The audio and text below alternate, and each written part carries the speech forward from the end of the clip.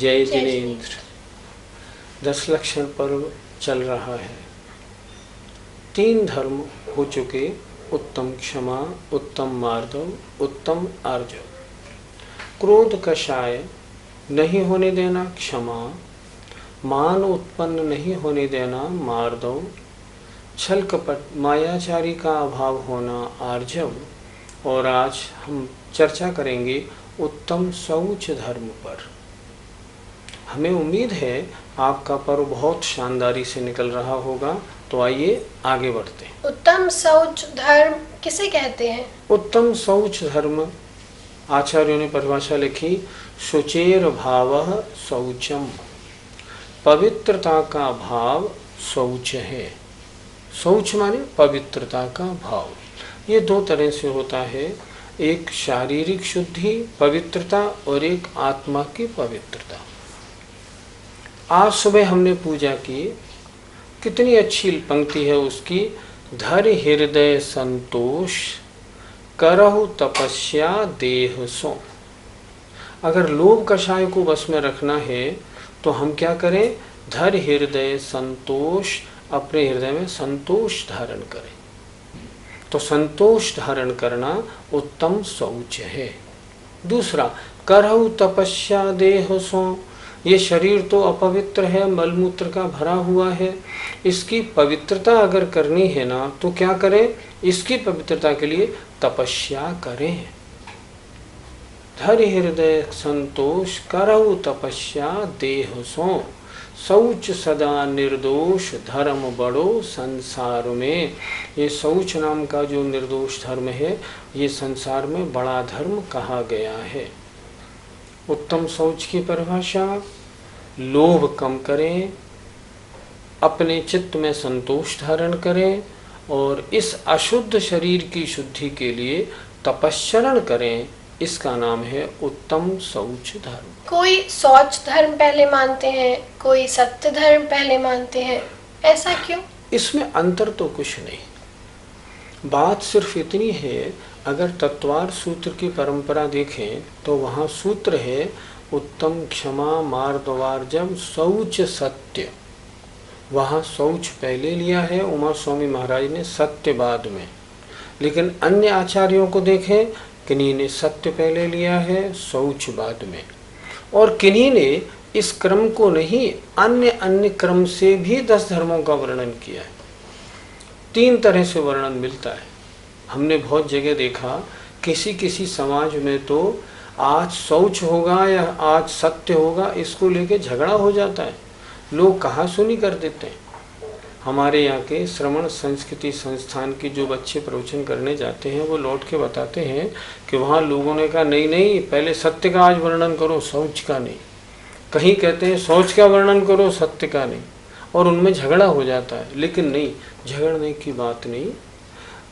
10 धर्म प्रतिदिन के हैं, कोई सा भी पहला कर ले, कोई आपत्ति नहीं।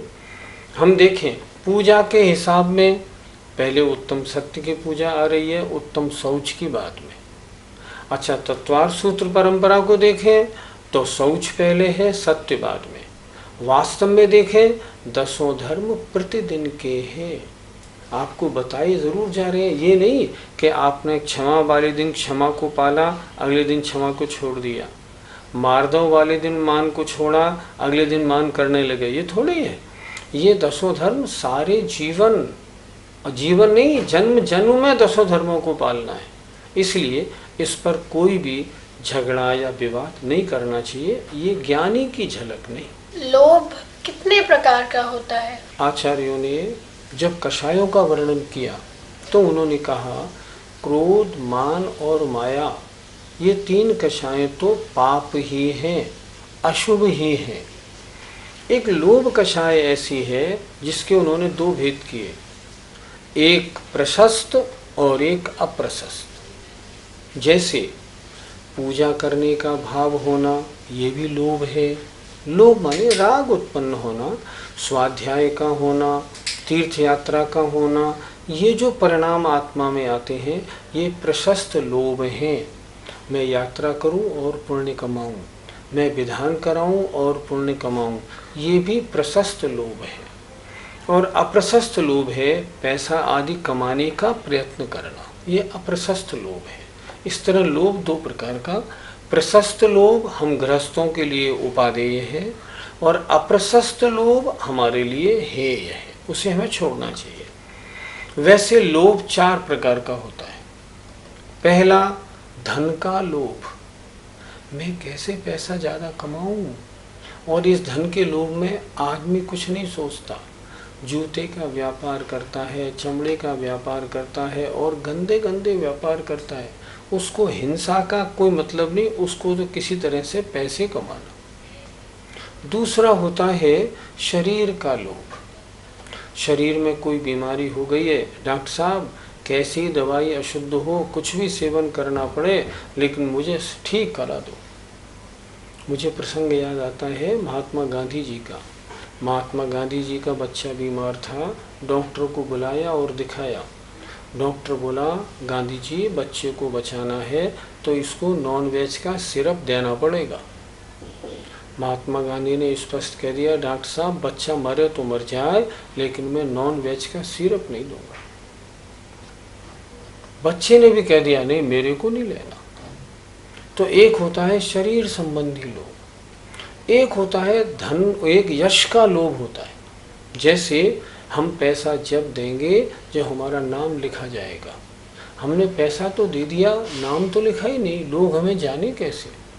जगह जगह बोलियां लगाना, और इसलिए बोली लगाना ताकि लोग कहें ओहो ये तो बहुत बड़े सेठ हैं, ये होता है यश का लोभ। एक होता है पंचेंद्रियों के विषयों का लोभ, अर्थात जैसे शरीर के लिए गलत गलत चीज़ों का प्रयोग करना, चाहे वो चर्बी से बनी हो या कुछ भी बने हो, ऐसे साबुन उपयोग करना, स्पर्शन इंद्री का लोभ, ये भी लोभ गलत। रसना इंद्री का लोभ, अशुद्ध भोजन करना, मैकडोनल्ड के उसमें चले गए और वहाँ जाके खाया, अरे ये यहाँ नॉन वेज और वेज एक साथ मिलते हैं, यहाँ क्या शुद्धि। घ्राण इंद्री का लोभ, सेंट कितनी हिंसा से बनता है फिर भी उसका प्रयोग करना आदि, ये होता है पंचेंद्रिय विषयों का लोभ। तो लोभ चार प्रकार का, इस लोभ को हमें अपने जीवन में नहीं आने देना है। धन का लोभ नहीं करना, यश का लोभ नहीं करना, हमें रुपया दान देना है जहाँ हमारा रुपया अच्छी प्रकार लगे, यश की हमें आवश्यकता नहीं। शरीर का लोभ, शरीर के लिए शुद्ध दवाई यूज़ करनी है, अशुद्ध नहीं। पंचेंद्रियों के विषयों का सेवन करेंगे, पहले देख लेंगे इसमें हिंसा तो नहीं, गलत तो नहीं, न्याय नीति पूर्वक पंचेंद्रियों के विषयों का सेवन करना है, अनीति पूर्वक नहीं। इस प्रकार लोभ पहले दो प्रकार का बताया और ये चार प्रकार का, इस तरह लोभ के भेद होते। लोभ से क्या हानि है? इस लोभ के कारण ये जीव अंधा हो जाता है। देखो कुदेवों की पूजा करता है, भगवान के सामने जाके मनौती मानता है, भगवान मेरा ये काम हो जाएगा तो मैं आपको छत्र दिला दूंगा। रिश्वतखोरी करता है, लोभ के कारण करता है। देश के अंदर आज करोड़ों अरबों रुपए के जो घोटाले सुनने में आ रहे हैं, इनका कारण मात्र लोभ है। लोभ के कारण दहेज की डिमांड करता है, और दहेज नहीं आए ना तो लड़कियों को मारता है, पीटता है, पियर भेज देता है, बुलाता नहीं। आज देखो इस यश के लोभ में बड़े बड़े मुनि महाराज भी कह के अपनी पत्रिकाएं लंबी चौड़ी छपाते हैं और उसमें बड़े बड़े चित्र लगाते हैं, ये भी यश का लोभ है।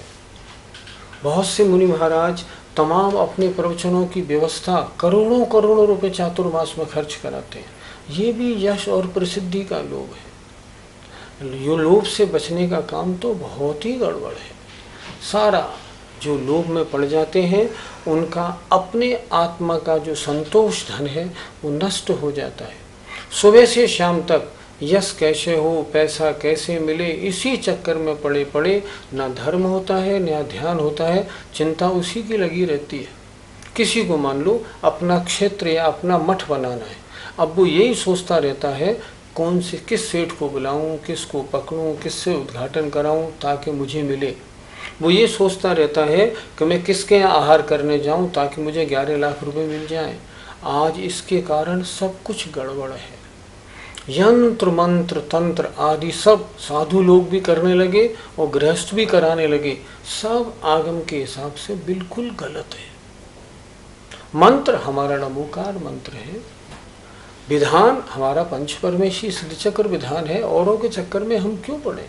आज इस लोभ के चक्कर में आके जैन धर्म में महान विकृतियां आ गई हैं।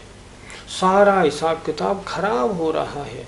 हमें किसी लालच में नहीं पड़ना चाहिए, हमें आत्म कल्याण वाले कार्यों में लगना चाहिए। उत्तम शौच धर्म का हमारे शरीर की पवित्रता से क्या संबंध है? उत्तम शौच धर्म की दो परिभाषाएं हैं, एक लोभ का अभाव और एक शरीर की पवित्रता। आज सुबह हमने जो पूजा की उसकी दो पंक्तियां बहुत सुंदर थी। ऊपर अमल मल भर्यो भीतर, कौन विधि घट सुचि कहे। एक घड़ा हो, उसमें ऊपर से तो साफ हो और अंदर उसमें मल भरा हो, तो क्या उस घड़े को आप शुद्ध बोल देंगे, पवित्र बोलेंगे? नहीं बोलेंगे। तो क्या कह रहे हैं? बहुदेह मैली सुगुण थैली। जिनका शरीर तो बहुत मैला है लेकिन सुगुण का भंडार है, सम्यक दर्शन ज्ञान चारित्र को जो धारण किए हुए हैं, ऐसा शौच गुण साधु है। ऐसे शौच गुण को तो साधु ही प्राप्त करते हैं। जो दो पंक्तियां थी ना पहले, धर हृदय संतोष, धर हृदय संतोष श्रावक के लिए, करहु तपस्या देह सो मुनि के लिए। मुनि महाराज पवित्रता के लिए क्या करें? अपने शरीर से तपस्या करें और यश आदि के लालच में, पैसे आदि के लालच में ना पड़ें। इसलिए शरीर की पवित्रता का शौच धर्म से संबंध है और वो शरीर की पवित्रता तप के द्वारा होती है। अगर हम ज्यादा पैसे नहीं कमाएंगे तो हम दान कैसे देंगे? तो ये बड़े बड़े मंदिर जो बने हैं वो कैसे बनेंगे? तो ज्यादा पैसे कमाना बुरा तो नहीं है। बात तो बहुत ठीक है। इस तो उपदेश में आचार्य पूज्यपाद ने एक कारिका लिखी है, त्यागाय श्री सेवित्तो मवित्त संचिनोति यः स्वशरीरम सपंकेन स्नास्यामीति विलिम्पति। जो दान देने के लिए बहुत पैसा कमाता है, तो क्या पैसा क्या बिना पाप के पैदा होता है? कभी नहीं होता। मान लो हम फैक्ट्री चलाएं, खूब बड़ी बड़ी फैक्ट्रियां बनाएं और फैक्ट्रियां चला के और मान लो उससे पैसा कमा के हम दान दें, ये तो ऐसे हुआ। उन्होंने लिखा स्वशरीरम सपंकेन, पहले अपने शरीर में कीचड़ लगा लो और बाद में नहाओ। पैसा कमाने के लिए पहले खूब पाप किया, फिर हमने दान देके उस कीचड़ को धोया। आचार्यों ने इसका कभी नहीं लिखा। आचार्यों ने कहा है, तेरे पास यदि भाग्य से पैसा ज़्यादा आता है तो दान कर, लेकिन दान में जुट नहीं। क्या कायदा कहता है? कायदा ये कहता है 8 घंटे धर्म करो, 8 घंटे पैसा कमाओ, 8 घंटे शरीर और परिवार को दो। तो 8 घंटे धर्म करने के बाद 8 घंटे अगर तुम्हें व्यापार करना है, उसमें पैसा मिलता है तो उस पैसे को दान में दो। लेकिन सारा जीवन पैसे में लगा दो, हाय पैसा हाय पैसा, ये किसने कह दिया? ऐसा थोड़ी होना चाहिए। नहीं, ऐसा बिल्कुल नहीं। और अगर ऐसा दान भी दिया जाता है ना, तो उस दान की विशेष कीमत नहीं, क्योंकि पाप करके कमाया हुआ अगर पैसा है और दान देना, वो तो वही उदाहरण याद रखें, कीचड़ लगाई फिर धोआ, उसका विशेष फल नहीं होता। चित्त में लोभ क्यों जागृत होता है? हम जब किसी का ठाठ देखते हैं, किसी की कोठी में गए और हमने उसका वैभव देखा, क्या आलीशान कोठी है, ड्राइंग रूम कितना सुंदर है, मन बोलता है ऐसा हमारा भी हो। हम किसी की शादी में गए, हमने देखा क्या ठाट बाट की सजावट है, हमारा मन बोलता है ऐसी सजावट मैं भी करूं। किसी के यहाँ गए, हमने वहाँ लेडीज़ की ज्वेलरी देखी, ऐसी ज्वेलरी हमारे यहाँ भी हो, ऐसा मन बोलता है। किसी के इंद्रिय विषयों का भोग, कपड़े देखे, उनकी कारें देखी, तो मन में चीज़ उत्पन्न हो जाती है, ये हमें भी प्राप्त हो। ऐसी भावनाएं उत्पन्न होना स्वाभाविक है। इसलिए आचार्यों ने लिखा है, परिग्रह संज्ञा उत्पन्न ना हो, इसलिए अन्य का परिग्रह मत देखो। अन्य का परिग्रह देख के क्या करोगे? सिवाय इसके सारा जीवन अपना नष्ट हो जाएगा। इसलिए हमें इनसे बचना चाहिए। ये चीज़ें बहुत गलत है। तत्वार सूत्र में एक सूत्र बहुत सुंदर दिया है, अगर इन सब से बचना है तो मनोज्ञा मनोज्ञेन्द्रिय विषय राग द्वेष वर्जनानि पंचो। हम वस्तुओं का संग्रह क्यों करते हैं? लोभ कब उठता है हमारे?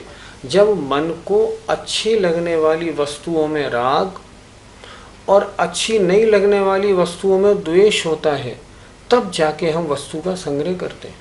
हमारे पास एक बहुत अच्छी ड्रेस है, हमने कहा ये पुरानी हो गई, तब तो हम नई लेने की सोचते हैं। हमारे पास मारुति गाड़ी है, हमने सामने किसी की दूसरी गाड़ी देखी, मान लो होंडा, तो हमारे मन में होता है मारुति हटा के हम होंडा खरीदें। तो मनोज्ञ माने मन को अच्छे लगने विषयों के, मन को अच्छे लगने वाले विषयों में राग मत करो, और मन को बुरे लगने वाले विषयों में अगर हम द्वेष करना बंद कर दें तो फिर ये परिग्रह संचय की भावना और लोभ ये सब बिल्कुल समाप्त हो जाएगा। इसका हमें पूरा ध्यान रखना चाहिए।